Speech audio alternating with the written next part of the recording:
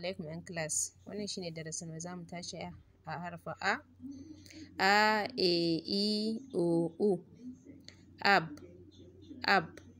ach, ad,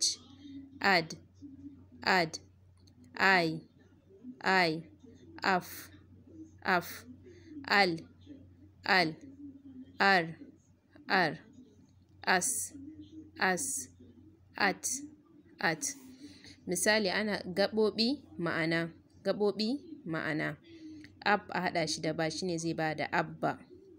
Ad a haɗa shi da da shine zai ba da adda. Ab a haɗa shi da ba abba. Ad a haɗa shi da da adda. Ach a haɗa shi da ca shine zai ba da acca. Ai a haɗa shi da ki aiki. Af a haɗa shi da ka a haɗa shi da wa shine zai ba da afkawa. Al a haɗa shi da lo allo.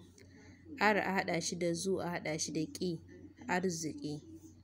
As a haɗa shi da ka aska. At a haɗa shi da ta a haɗa shi da ru a haɗa shi da hu shine zai ba da attaruhu. Wannan shine darasin mu, sai kuma gobe.